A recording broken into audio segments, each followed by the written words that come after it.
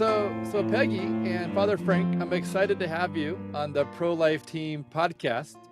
Um, Peggy, would you give us an introduction into who you are, as if you were talking to a group of pregnancy clinic directors? Sure. Well, my name is Peggy Hartshorn, also known as Margaret from my growing up. You might have seen my name as Margaret. And I was the president of Heartbeat International from 1993 to 2016. And then I became chairman of the board. So our board is there to support our leader, Jarrell Godsey. And I've been involved in the pro-life movement since 1973 and doing pregnancy help work since we housed the first girl in our home in 1975. So I brought that volunteer experience and then starting a pregnancy center with my husband and a group of our friends in Columbus in 1981.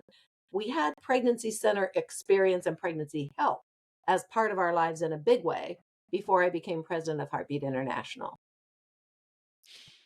Wow, such an amazing story. I'm excited to hear your thoughts today. Oh, So, thank you. I'd like to ask you to talk about where you think the pro-life movement is today, and where you see us going into the future. And then Father Frank, and yeah, I'm gonna sit back and listen mostly because I want to have Father Frank follow up with really helpful questions as we look at the where we are and where we're going. Well, thank you, Jacob. And, I know our audience is primarily pregnancy help people. And it's hard for us in pregnancy help sometimes to keep track of everything that's happening. Where are we in the pro-life movement? I mean, there are so many pieces and parts to the pro-life movement. We often think of pregnancy help as the service arm or the service arms of the pro-life movement, in that we're there to serve the people who are needing help and support. And those are getting great and greater numbers all the time, so that they don't have to choose abortion because there's always another alternative. So it's hard for pregnancy help people, I think, to understand maybe what's happening in the pro-life movement and as a whole. So I'd like to, while we're here today, I'd be glad to share some specifics about what I think is happening in the pregnancy help part of the movement. But to first start with the overall view, as you've asked, Jacob, what about the whole pregnancy help movement? What do I think is happening here? What stage are we in? And I would say, having been involved since 1973, right after Roe v. Wade, that we're in another big transition in our movement right now. And there have been many transitions through the years, but the three big ones have been caused by Supreme Court decisions. So 1973, Roe v. Wade was a real shock to the pro-life movement, which already existed. Heartbeat already existed in 1973. But we never thought that so quickly the Supreme Court would knock down every protective abortion law that existed in our country at that time. Only 5 states had liberalized their state law to allow abortion. The others we were fighting to keep as pro-life states, and we had some success. Michigan, in fact, had just turned down liberalization of abortion in their state when the Supreme Court decision came down. So that was a gigantic shock. And the pro-life movement that existed at that point, which was fairly small, we really had to get our act together. And I knew there was a pro-life movement that existed. In fact, my sister was involved in Cleveland, Ohio. But I had not personally jumped in because my husband and I were in graduate school. We had just recently gotten married. We were kind of seeing this happen from afar to a certain extent. And it hadn't impacted us until I heard that decision announced on the radio when I was driving in my car on High Street in Columbus, Ohio. And it was like, and I don't want to, this maybe is a very bad analogy, but to me, it was reminded me of St. Paul getting knocked off his horse. It was like, everything is different now. Everything. I don't know what's happening, but everything is different. So that was a gigantic time of transition for the pro-life movement. And we can talk more about that. I know we've got a nice long time to talk here. And if you think your listeners are more interested in how did the pro-life movement then change and get organized and so forth, we can go into that. But the second time that there was a gigantic reorganization was after another Supreme Court decision, which was Planned Parenthood versus Casey in 1992. And many people in the movement really thought that this ruling might overturn Roe v. Wade. They were counting on it actually overturning Roe v. Wade, and it didn't. Okay, and that set up another standard for abortion. All of a sudden, there was a standard of undue burden. We could limit abortion to a certain extent under certain circumstances if it didn't create an undue burden for the woman. That was a whole new standard that hadn't been considered in all the pro-life laws up to that point. So again, there was reorganization. That's when Heartbeat really reorganized. Heartbeat was started in 1971, and up to 1992, we were an all-volunteer organization, even at the top. Almost all pregnancy centers were all volunteer. If there was a paid staff person, it was maybe a secretary. And we don't even call them secretaries, do we, anymore today? That's an ancient term, administrative assistant. And even at the top, AAI, as we were called then, Alternatives to Abortion International, we hadn't changed our name yet to Heartbeat. We were all volunteer at the top. The president of Heartbeat was the head of one of our affiliate organizations who just kind of tried to coordinate a conference every year and do what she could to keep the network growing, but always as a volunteer. So we decided after that decision, we better get our act together, because it seemed to our board at AAI that we might never be able to pass truly pro-life protection in this country after that surprise in 1992. And pregnancy help, we might be the main way the Lord was going to use to bring about a culture of life, one person at a time, through pregnancy help. We needed to get our act together and do this in an even more organized way. We needed to grow and develop. So we really needed a full-time staff to lead this effort and to help pregnancy centers grow and develop like they needed to. So that was when God called me. I was a college English professor at that point, doing pro-life work as a volunteer. And I was on the Heartbeat board. And so God called me and many other people at that point, actually, to start working full-time in this and see what the Lord would provide and see what he could accomplish through people who are willing to say, okay, I'm all in, you know, use me, Lord, to really make a difference. So that was when Heartbeat started. At Heartbeat, we changed our name from Alternatives to Abortion International to Heartbeat. But there were many other organizations as I look back. That's when NIFLA started, National Institute of Family and Life Advocates, and many of the listeners in Pregnancy Help know NIFLA. And also, as I realized later, that's when ADF was founded, Alliance Defending Freedom. Their founders also felt the same way we did on the Heartbeat board. Something has to happen. We've got to get our act together here and provide some legal help and support to defend the freedom of religion and the freedom of speech in this country and the right to life. So anyway, that was another big transition. And I think right now, Jacob, we are in another big transition as the Dobbs decision has thrown us again, somewhat thrown us for a loop. We kind of saw it coming. We thought this might happen, but I think in many people's minds, and I'm speaking for myself here too, we thought, wow, when it gets back to the states, then we'll be able to really protect women and babies. And we'll have so much more control. And there won't be this imaginary right to an abortion that the Supreme Court said we had in Roe v. Wade. And all of a sudden, very quickly, wait a minute, the other side had a major strategy. They were ready to go. They were ready to target states like Michigan and Ohio and others, and we can talk about that. But they were ready to attack in the states, to attack any effort to expand the protection for the unborn.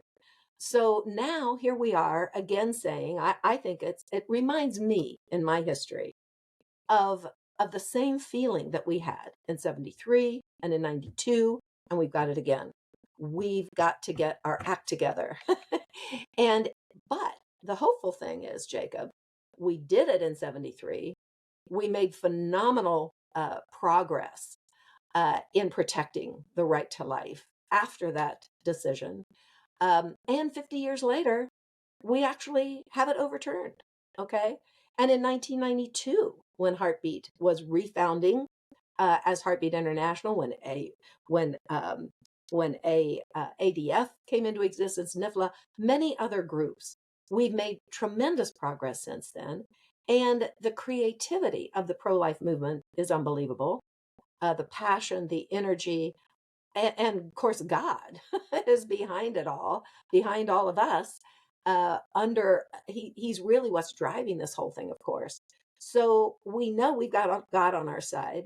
So I do believe that in the next 25 years, in the next 50 years, we need to be very hopeful and very proactive again.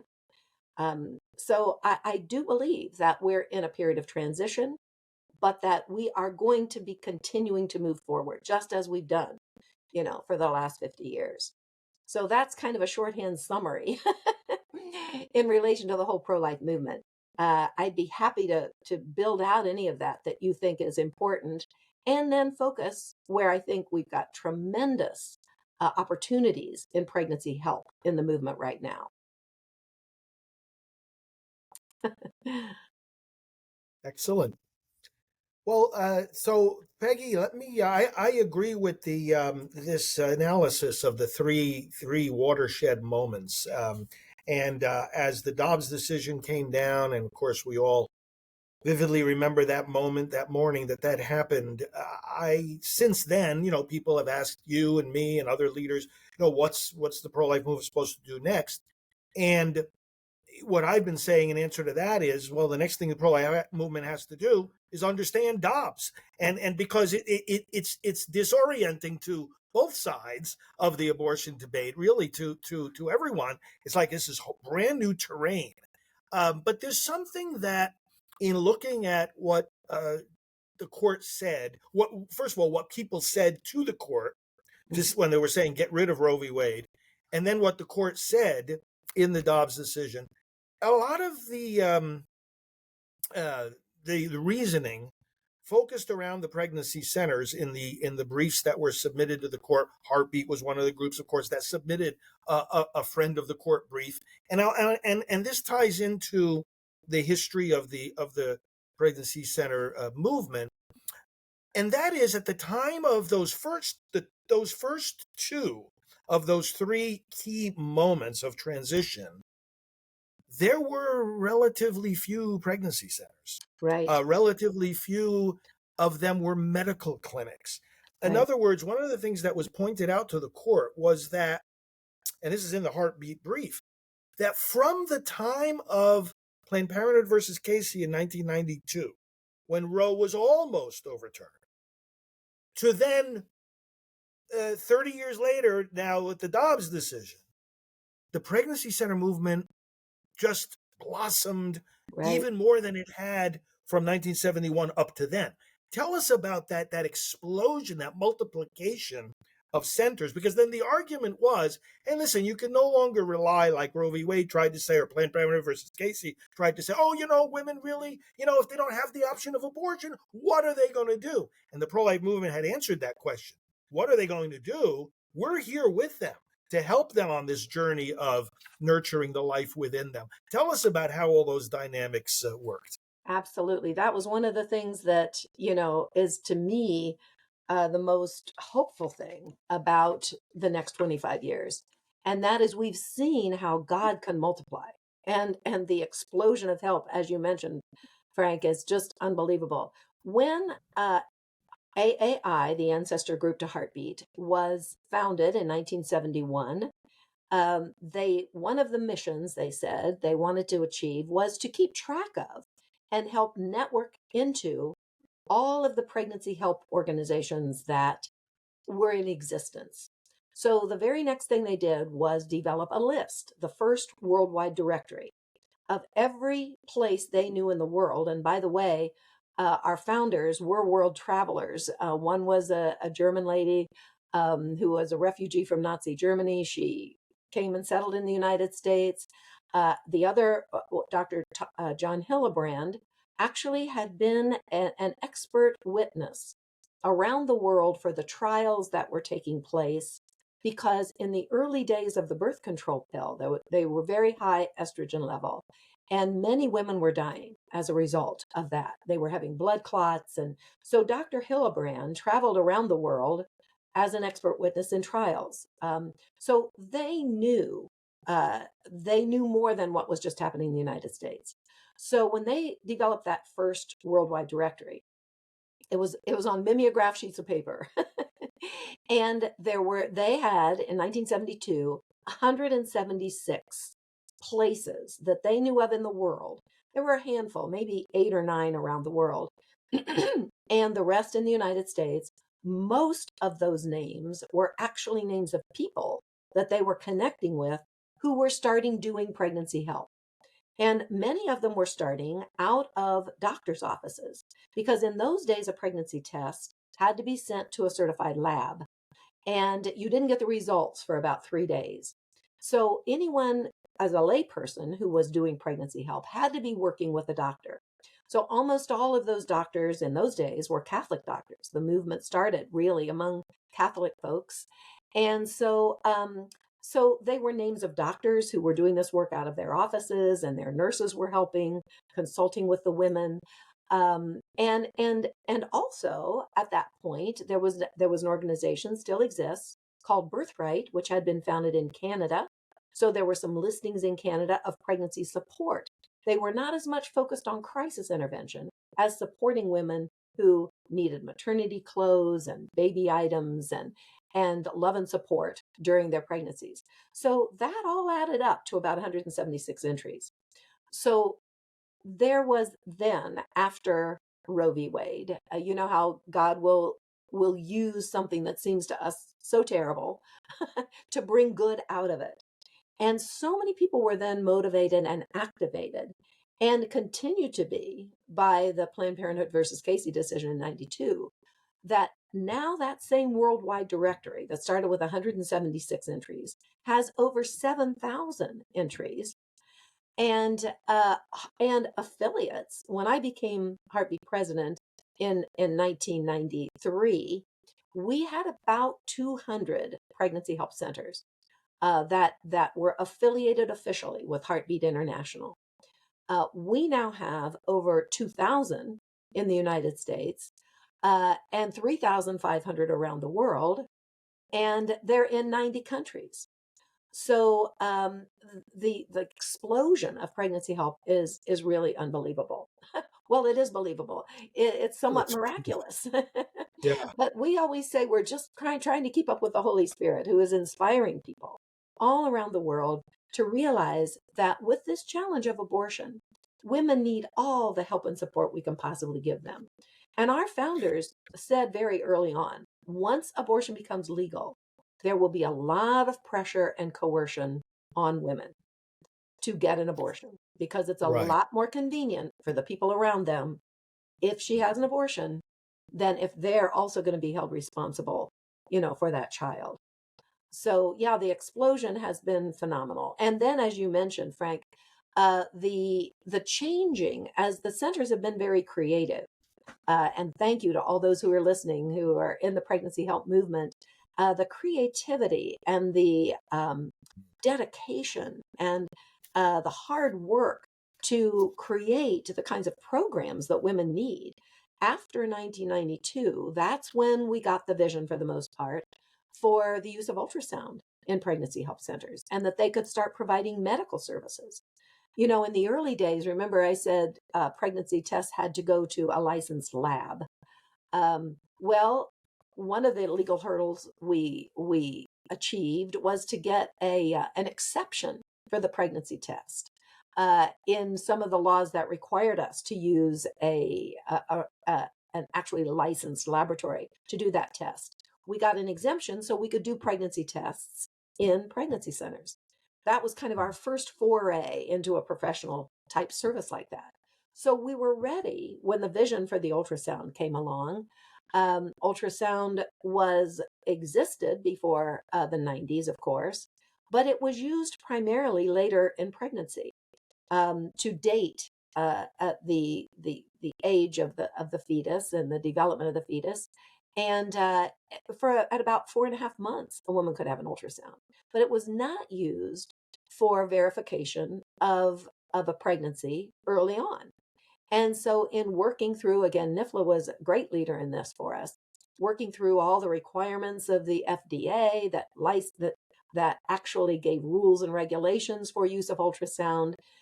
We realized that abortion clinics were using ultrasound to verify the age of the fetus so they could decide what type of surgical abortion they were going to do. Well, there was a use of ultrasound that was already in the medical profession for determining uh, an actual viable uterine pregnancy and determining, the fetal age and gestation. So we knew that that would be legitimate. We had to do it the right way, and we didn't want to get into trouble with the law. We could do it, and so that all developed in the 1990s for the most part.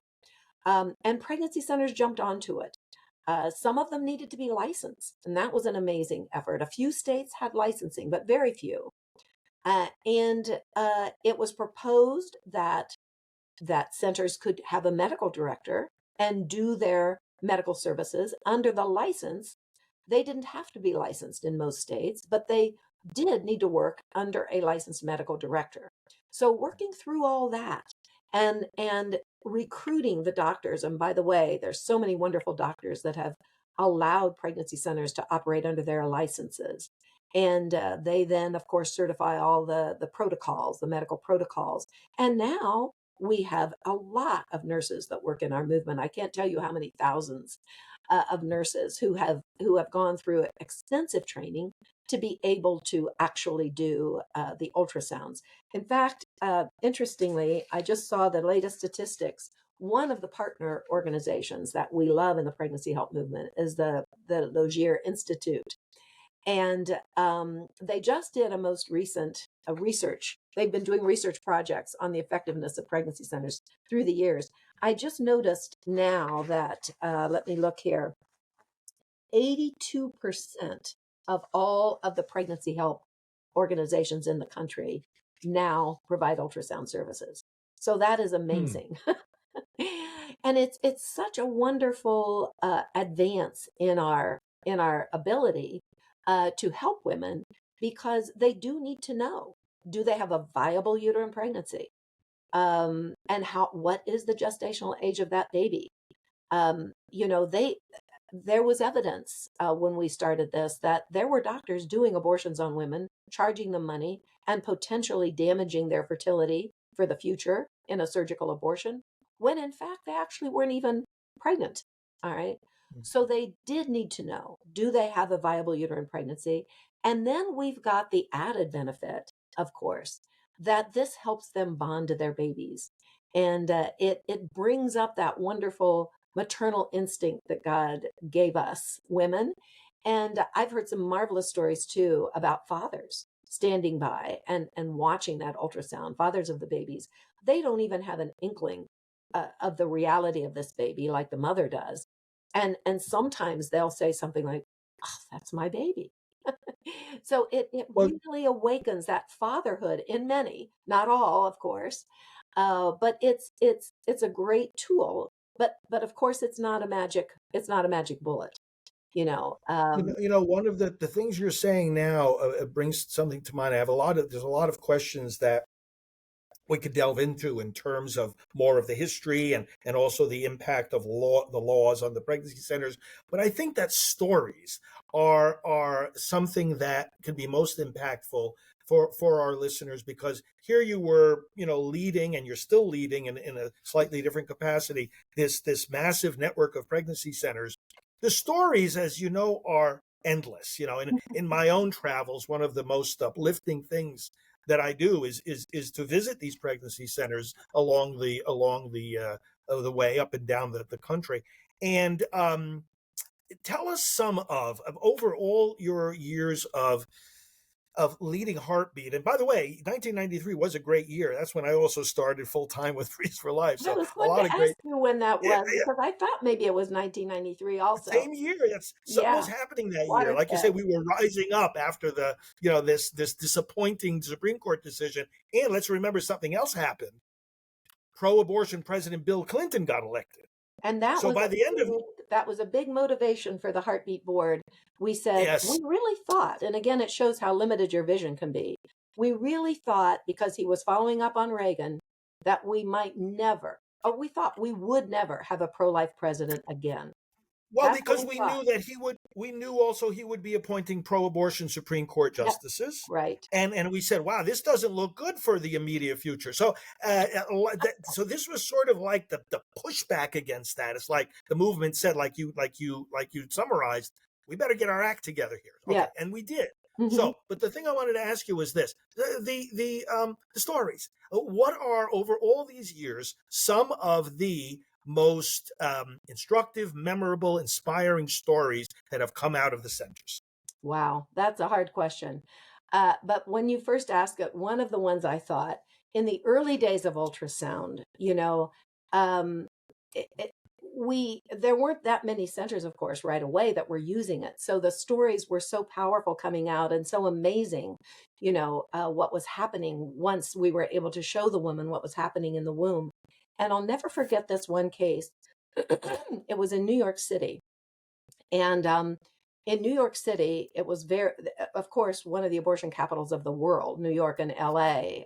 Over 50% of all the abortions in our country occur in New York City and LA, and New York and California. So having the ability to see how we might be able to help save babies and help moms in New York was so exciting. And they were having a very difficult time finding doctors that would allow them to practice medicine or to do the ultrasounds under their license. So they had a relationship. This one center had a relationship with a doctor who was not pro-life. But in New York, he could apply for billing for the ultrasound from what they called the PCAP program, which was very generous, generously funding services for pregnant women. So if he did an ultrasound, he could bill PCAP. So he was willing to do it, and he agreed to allow a volunteer from the center to be in the room when he was doing the ultrasound, so that volunteer could talk to the woman, because it's so important. And even the ultrasounds weren't that good in those days to show the image real clearly. So it was good to have someone saying, "Oh, you can see the backbone of the baby. Oh, can you see the baby's little arms?" So helping the woman to understand what she was seeing on the screen. And this woman, she was so determined to have an abortion. She was so desperate. And she kept saying to the woman, "I've got to have an abortion. It doesn't matter to me. What I see doesn't make a difference."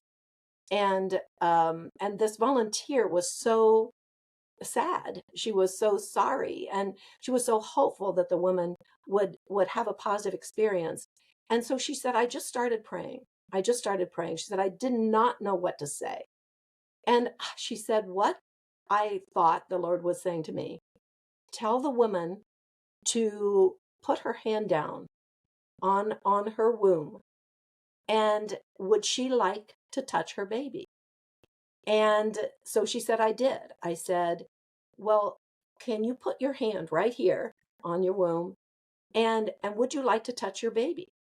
And the woman looked kind of strange, and then she put her hand down there. And as soon as she put her hand on her womb, the baby's hand darted out and touched from the inside of the womb, touched her mother's hand. It was absolutely profound. And so those kinds of particularly early stories with the ultrasound, helped us see that the ultrasound was a tool that God could use, but it was still God, and it was still the volunteer that he put there, or the nurse that he put there, or Yeah, the doctor that he put there, that was going to be the person that he was going to work through in helping that Right. mom. So that was one of my most powerful stories of the early years of ultrasound. That is Um, so awesome. and there are so many stories now, Frank. And now that Heartbeat has the abortion pill reversal network, the Yes. abortion pill rescue network in as part of Heartbeat, the amazing stories that we're hearing now. One of them, and just you know, you can't make these things up, actually. But in No. this particular case, the this was in the earlier days of the network. Abortion pill reversal was going on for a few years before it became part of the Heartbeat network several years ago. And the network itself of providers was not very large. There weren't that many around the country who could do the reversal, who had understood the protocol. And so in the early days when it became part of Heartbeat, sometimes it was difficult to find a provider who was close enough to the woman that they could write the prescription in a place where she could go and immediately pick it up. All right. And it was before we were doing much, oh gosh, what's the term I want, where you had a virtual appointment, on the so Telemedicine. so you had to be close geographically to the provider. The provider had to be able to write a prescription for progesterone in your area. Well, a woman called and had taken the first pill, and she really, and this is what happens, that so many women take the first pill and the regret just immediately hits them. One woman said to us, I felt like I was determined to have that abortion until I took that first pill. And she said, I felt the devil saying, gotcha. And all of a sudden, I realized what I had done. And so, anyway, the story I'm telling, the mom, she'd taken the first pill. She started searching on her phone reversal. They searched the term reverse. I need to reverse this abortion. So she found the abortion pill reversal network. That was at a time when we didn't have as many providers. Like I said, we now have 1,400. So we had her immediately, excuse me, we had her immediately talking to a nurse, which is our protocol, who can explain the reversal process to her. And she decided she wanted to try it. Of course, we partner with pregnancy centers who then can do an ultrasound to make sure that the baby is still alive, and then track after the reversal. Well, we could not find a provider in her close enough in her area because it has to be immediate. Her mother happened to be a nurse practitioner, and she was a provider. And the girl told us this. My mother is a nurse practitioner. And we counseled with her, consulted with her. She decided to tell her mother, whom she had tried to keep this a secret from. She decided to tell her mother. Our network nurses talked to the mother, who was a provider. It turned out that the grandmother of the baby, the mother of this girl, became the provider that actually provided the prescription for the Wow. progesterone. She could get the progesterone, take it in time. The baby survived. We have about a 70% survival record here. And the baby was actually saved on Mother's Day. So Isn't this amazing? the grandmother of the He, baby, it, the baby's mother, and the baby, all were celebrating Mother's Day. yes. Doesn't God just surprises The you? I mean, stories, the stories unbelievable. you could listen to forever, really I know. forever. And that's why, Absolutely. one of the things, and I'm sure you encourage this too, that we always say to the pregnancy centers is, please collect the stories, Yes. save the story. Any time, any investment of effort that a center staff can make in collecting, I mean, of course, and maybe you could give us some insight into this in terms of the proportion of moms who the center helps them choose life. They reject abortion, but a certain percentage, of course, will stay in contact for months or even years after the save. And I mean, the more stories we can collect, the more photos, it's inspiring for people. It's instructive. It's part of the history of the movement, and it's just and the stories themselves will save lives Absolutely. as they get And passed along. you know what I've realized, Frank? Um, I think the people listening in the pregnancy help movement know that Heartbeat's key program that we train on is called the Love Approach. Yeah, I was going to ask you about that. Yeah, the Yes. love approach. Tell us what each letter means. Something. Tell us about that. Yes, it's inspired by 1 Corinthians 13, St. Paul's hymn to love. And, he says, if you could have faith to move mountains, you could have all the spiritual gifts in the world. And if you don't have love, you come across as a clanging, is Clanging a symbol. clanging Symbol. cymbal, a Yeah. sounding gong, or a Right. clanging cymbal. And Right. so whatever we do, it has to be in a loving way. And so it's called the love approach for that reason. But the other reason is that the 4 steps of it can be discussed in the acronym LOVE, Right. LOVE. The first step is listen and learn. And if we are not really listening to this woman, if it's on the phone, if it's in the office, if it's even reading her words in a chat and reading through those to what is her heart, we have to establish a relationship and allow her to know that we do care about her. And the best way to do that is listen and simply ask her questions. Tell me more about that. Well, how did you feel then? Well, what did you want at that point? Well, what were you thinking when he said that? Or well, how does that relate to your values and how you usually make decisions? We're talking about what we now call the self wheel, where we're going around kind of her feelings, thoughts, wants, values, beliefs. And frankly, uh, Frank, when I first developed this, I realized how much we needed to focus on listening, because Yeah. the very first women that I worked with, I really I was speechless when I started listening to their stories. There was nothing simple that I could say to them. Oh, well, you should do this. Or, well, have you thought about that? Or what about that option? It just, their stories just boggled my mind. And I needed to ask more questions. Well, how did that happen? Well, tell me more about that. And then I realized, as you keep asking them these questions and get to know them even better, sometimes they're already thinking of other options, but then they may say something like, well, I never thought I'd have to have an abortion. I never would have had this before. Oh, okay, you're learning something about them. They really maybe don't think abortion is a good option.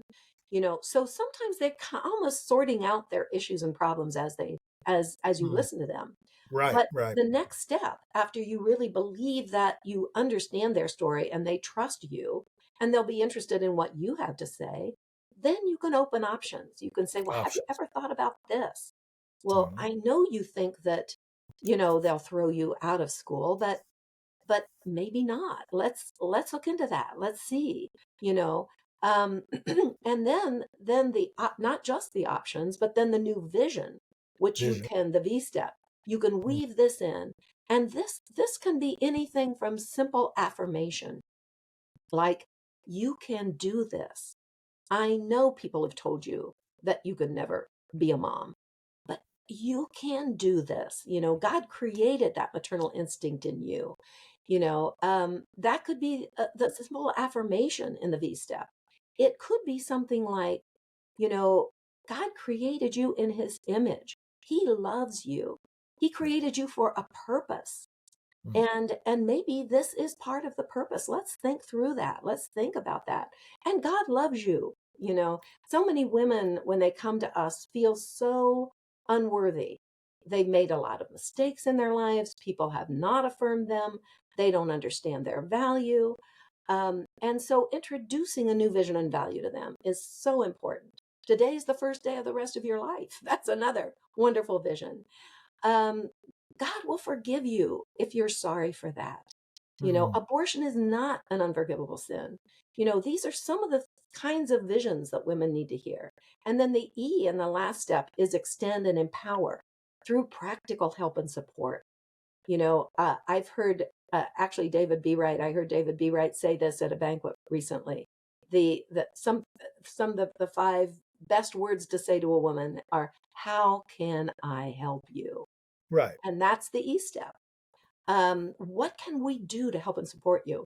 And one of the things I've realized, Frank and Jacob too, that sometimes we have these really amazing stories, like the ultrasound story I told. That was a powerful save, through the ultrasound. But in reality, every step of the love approach, I started thinking of clients that I've had and or heard their stories personally. And one of those steps is usually the thing that they needed to finally make Right. a decision. For Right. some, it was the practical help. Yeah. Wow, you can help me with that. I can actually get items for my baby. You could help me find an apartment. You could help me get financial aid. It's the practical help, the E step, that sometimes is the thing that most impresses them. And I Well, want to Peggy, put right behind me is my one of my bookshelves, and one of the books I have on the shelf is about the love approach, and I wonder who might have written it. Do you know the author? Well, here's another thing about the future, Frank. I think we need to deputize everybody to use the love approach. Here's, for those of you who are watching, here's the love approach book that I wrote. Oh, That if you look at, it's called the loveapproachbook.com. You can find the contents, you can find graphics from it, you can find steps from it. You can learn a lot just from the loveapproachbook.com. But there are, besides those of us working in pregnancy centers and on option line and on hotlines, and uh, you know there may be someone in the life of every person listening. It could be a babysitter, it could be a friend, it could be a sister, it could be a niece, it could be a student friend of one of your children. I've said to people, pray that God will send someone to you who says, I think I may be pregnant. yeah. Because if you know the love approach, you know, you don't have to be a certified worker in a pregnancy center. You Mm. can use it. And in fact, the love approach, actually, the reason I wrote the book, it's great with your husband, with your children, with your friends, with anybody who has an issue or problem, or you have an issue or problem with, if it's a mutual issue or problem, or someone just in your life or neighborhood or parish or church congregation with an issue or problem. The Peggy, love approach works. it sure does, and it's wonderful too for pastors to to be preaching and speaking about in my work with pastors, I often find that it's introducing people to the pregnancy centers is one of the easiest ways for them to start addressing the abortion issue, especially if they haven't addressed it in the past. And obviously, since this is so biblically based, it's a great starting point for them. But tell us also this: how common is it now for the centers to also have, as part of their service, a program for healing after abortion? That is, let me see again, the new statistics. It's the third most common program actually in pregnancy centers. It's 72% of all pregnancy centers have a post-abortion healing program. And that is so important. Isn't it? Absolutely. Yeah. As you know, Frank, 50% of all abortions in the US are repeat abortions. So if women were healed, Yeah. that alone would stop so many abortions. That's right. Yeah, That's a point I often make, because the healing is not only for the sake of the healing, which of course is our primary motive. We want to heal the wounds because we love these people, we care about these people. absolutely. But then the more hearts that are healed, the less likely it is that they will go and have a second abortion. Absolutely, absolutely. And one of the things that I'd like to focus on in our conversation for the pregnancy help for the future, when Heartbeat celebrated its 50th anniversary, I'll show you another book. Jarell and I wrote the book called "The Power of Pregnancy Help," and it's the 50 years history of the pregnancy help movement. And one of the things we said about the future, and this was Jarrell. He loves alliteration, as those of you who know Jarrell know that he does. He said we need more people, more places, and more paths to pregnancy health. And and I'm adding now. I told him, can I add another P? Because this is what I think is now the thing we need to really focus on a lot. Promptness. We're Yes. calling it speed to service. And this is something now that not only this latest Supreme Court decision has forced on us to a certain extent, but also and primarily the abortion pill. Because about the same time, as this decision was coming down, and because of COVID, in part, all the restrictions and so-called REMS that were in place by the FDA to try to make the abortion pill abortion a little bit safer for women, all of that was removed. And so now 50 to 70% of all abortions are abortion by pill. And I Yeah. think most of our pregnancy centers know this. Women are getting the pill from websites. They're stockpiling pills, I understand. They are, they're immediately getting the pills without much intervention at all. So we used to be able to say to women, when surgical abortion was the most common type, and suction abortion particularly, they might come in and get an ultrasound and be maybe 6 weeks along. And we could say to them, well, you've got several weeks to make this decision. Abortion will still be available. We want you to come back. Let's check again another ultrasound to see if the pregnancy really is viable. Let's think through your alternatives. You don't have to rush. We have time to work and think through this. We used to be able to say that. Right. That is very difficult now.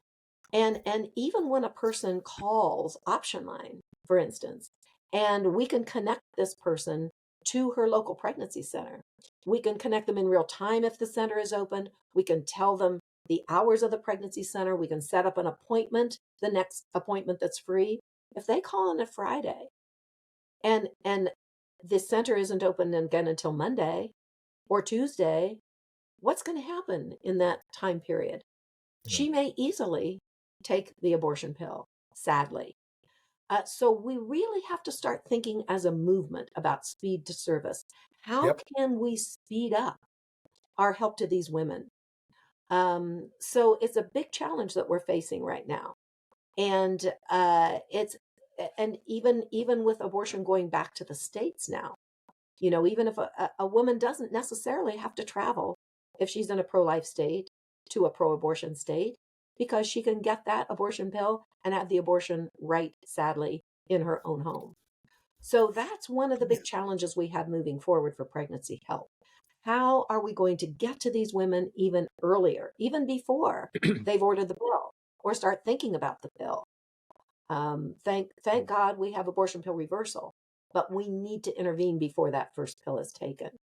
Yeah, we certainly do. One of the legislative opportunities, and even under Roe v. Wade in Planned Parenthood versus Casey, it was acknowledged by the court that the states could prefer childbirth over abortion in And the that's sense in of, the Ohio law. I love it. It's in the Ohio statute. yes, it is, right? I'm from And Ohio, so, for those of you who are listening who don't know that. yeah. And so the point there being that, all these pregnancy centers, of course, are, they're raising their own funds. I've spoken at so many of the banquets of the pregnancy centers, including at yours. And fundraising is a big burden on all of us. But what are your thoughts about now in this post-Roe era? More doors opening up for these.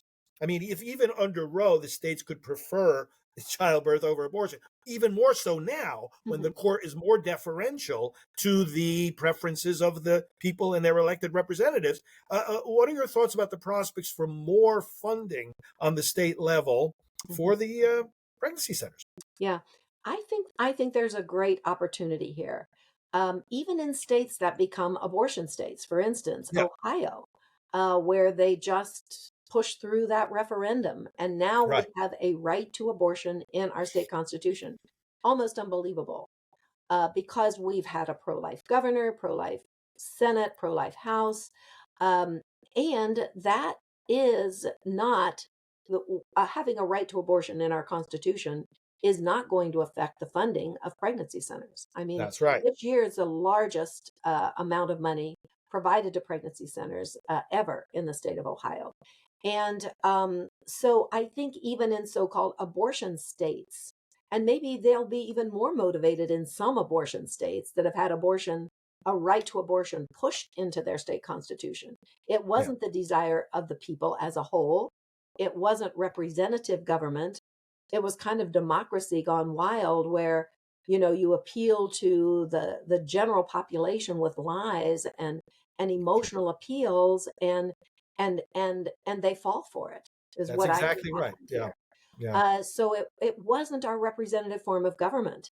Our founders didn't give us a democracy; they gave us a representative republic, and so that's what we still have in the state of Ohio, and our representatives and our governor, and they're very committed to the support of pregnancy centers. And as I mentioned, it is in our state constitution that we prefer childbirth to abortion. So I do think that this is something that there will be those opportunities for pregnancy centers.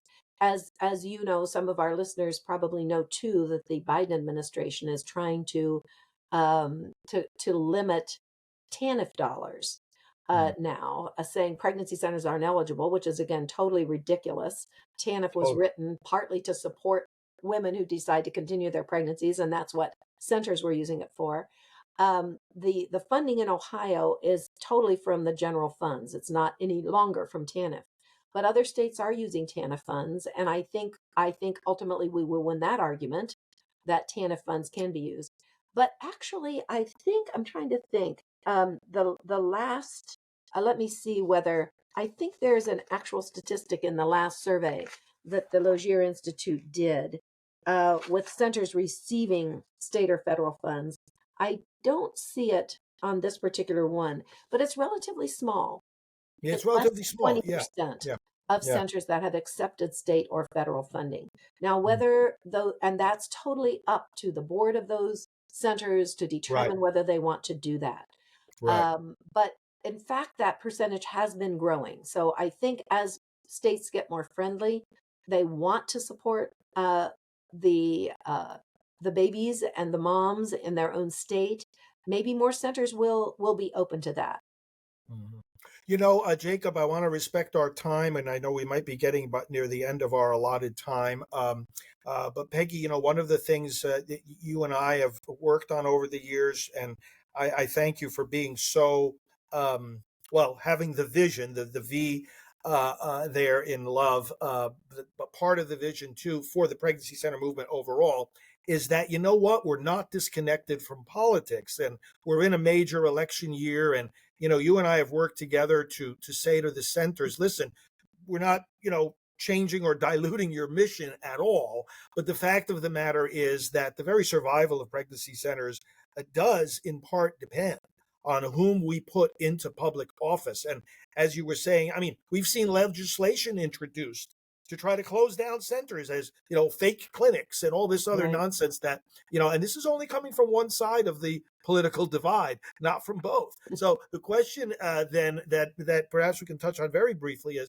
we are in a major election year, and the pregnancy centers do have a role to play. I mean, it's not that they become political entities, but politics really is very simply that we're influencing other people. So whether it's encouraging people to register to vote, or to vote when the voting begins in their state. Thank you for always tuning into and accenting that dimension of the reality that we live in. Absolutely. Heartbeat has always tried to encourage our centers to understand that being a 501c3 organization does not mean that you don't talk about the political issues or you don't educate on what's happening, because we can educate. We can let our donors know, let our volunteers know, let our communities know. what we know about the important choices ahead Yeah. that we're going to be voting on. And yeah, one of the things I know that you've encouraged, Frank, is getting people registered to vote. Understand, a lot of people don't really think about, well, I've moved, I need to change my voter registration. Let's make sure that everybody is registered to vote. Make And sure they they're understand registered, the and issues. we even had, as you know, at the Heartbeat International Conference, the voter registration forms there. There's a national Yeah, voter registration form, and when the centers do their banquets and whatnot, there's no reason why they can't have sure. a little table set up. Hey, everybody, if you're not registered to vote, if you're not sure, go take one of those forms, fill it out, use it. So we're all And helping each yes, other across the board. and the pregnancy centers did that too when they could here in Ohio when the referendum was coming up. At our There pregnancy you center, go. we had yard signs ready for people when they Yes, left. And, so yes, you can do that. And, one of the things you said to me a long time ago, Frank, I think we need to also say to our people, no candidate is perfect. Sometimes people right, say, I just don't think I can vote for that candidate for this particular reason or that particular reason. And you said to me one time, your vote is a strategy. Don't think of your vote as voting for a particular person because no person is ideal. You right. know, think of it as a strategy. Strategy, Yeah. right. And I think that's really an important point that we can keep making. And actually, one of the things I think we could do with the love approach, bringing it up again. If somebody says, oh, I don't know, I don't think I could vote for a totally pro-life candidate. I think women have to have that choice. All right. What about, let's use the love approach with that person? Well, Yeah, tell me why you think that. right. What makes you say that? I'd like to know more.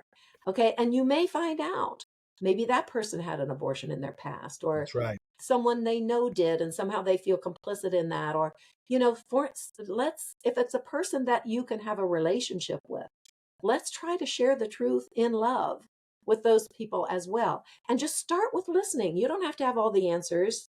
No, Just start with listening. Tell me more. Yeah. Why do you say that? I'm surprised, but I'd like to know, you yeah. know? This has been a wonderful conversation. I'm just going to give a final thought here. Thanks to all those that are listening to us that do this pregnancy center work. I always summarize it, Peggy and Jacob, this way, that the role of our movement, the role of the entire pro life movement, and in a special way of these centers, is to replace despair with hope. Because people don't go to the door of an abortion clinic because of freedom of choice, but because they feel they have no freedom and no choice. It's the Mhm. power of despair, not freedom, that puts them there at that door.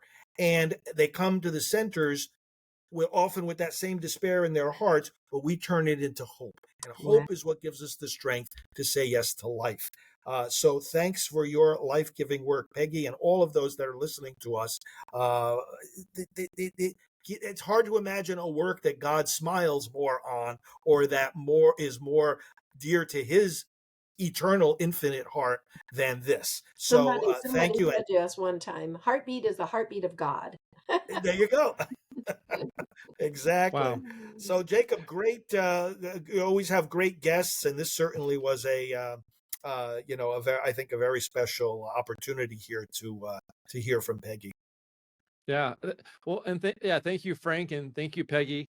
And I just want to echo, boy, that word promptness really speaks a great deal into the future of the movement. I feel like it's going to represent greater hours of operation.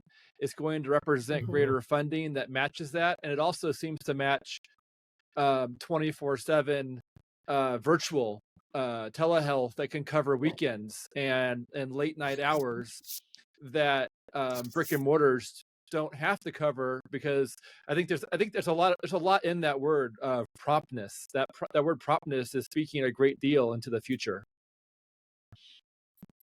Thank So you. thank you so Thanks, much, Jacob. Peggy. Would you close out this podcast with a prayer, with the expectation that those who are listening will join? Sure. Thank you. Lord, we just come before you and we thank you for this medium of the podcast that uh, despite what else we may be doing, if we're driving, if we're in our homes, if we're uh, multitasking, we can hear what is being said. We can be encouraged. We can learn things. We can be motivated. And we don't all have to be together in person to do that. Thank you for the airwaves and letting us have this opportunity, Lord, and the internet wires and so forth and so on. Um, Lord, we just come before you with asking that, Lord, you continue. We know you will do this, but we ask you to continue to guide and protect the pro-life movement. And as we focused on today, the pregnancy help part of the pro-life movement in particular, because we are really on the front lines with the culture of death and the women and their babies that you are sending to us. Lord, thank you for all the tools that you've given us that we've been able to develop thanks to your inspiration through the years that are of such a great help. Thank you for these tools. Even now, telehealth tools and being available on the internet and so forth, as well as our brick and mortar. But Lord, we know that you are calling us as people, as individuals. Like we've always said, the best alternative to abortion is another person. Allow us as people to be in contact with the people that need us the most, even if it's not within the pregnancy center, Lord, those around us who need us as well, particularly in this time when abortion is just so readily available and taking place in our own homes and bathrooms. Lord, the challenges are great, but we know that you have been with us from the beginning. You have shown yourself, you have guided and directed us. And we know that all the fruit that has been achieved is because of you. And we know that you will still be with us, Lord. So guide and direct, inspire us, help us in our creativeness and inventiveness to be what we need to be now at this particular moment in the pro-life movement. Thank you, Lord. And we depend on you. We ask all this in the name of our Lord and Savior, Jesus Christ. Amen. Amen.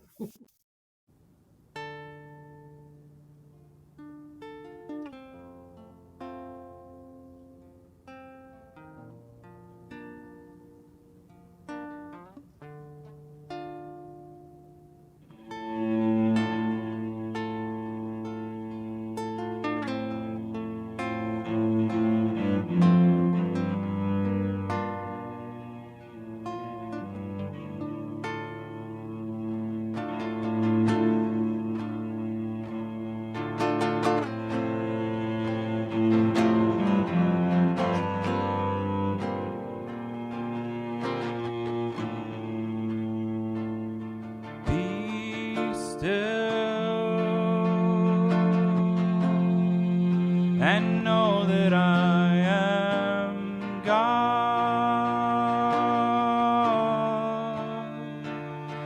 Be still and know that I am God.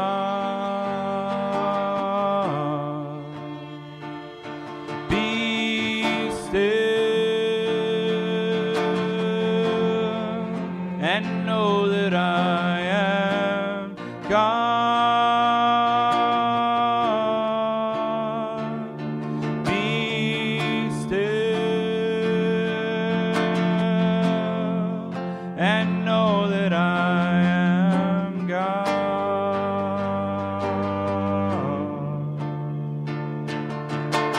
Fire of midnight, the thunder over waves, the murmur we can't hear it all, the reaching of our hands, the alibi of the broken, the wish inside the earth, the chorus of our questions, all creatures of the earth. Be still and know that I am God.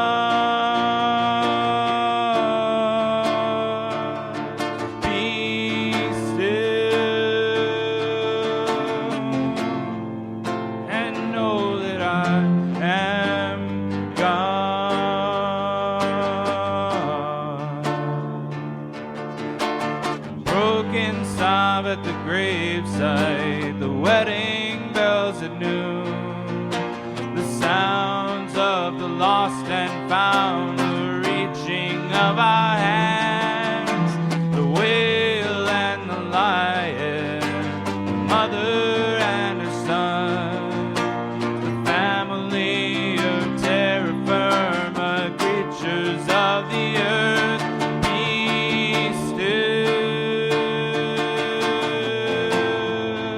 and know that I am God.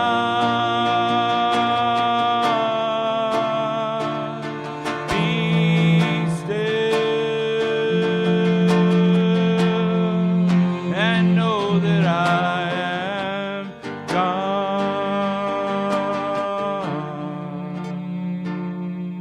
Be still and know that I am God. Be still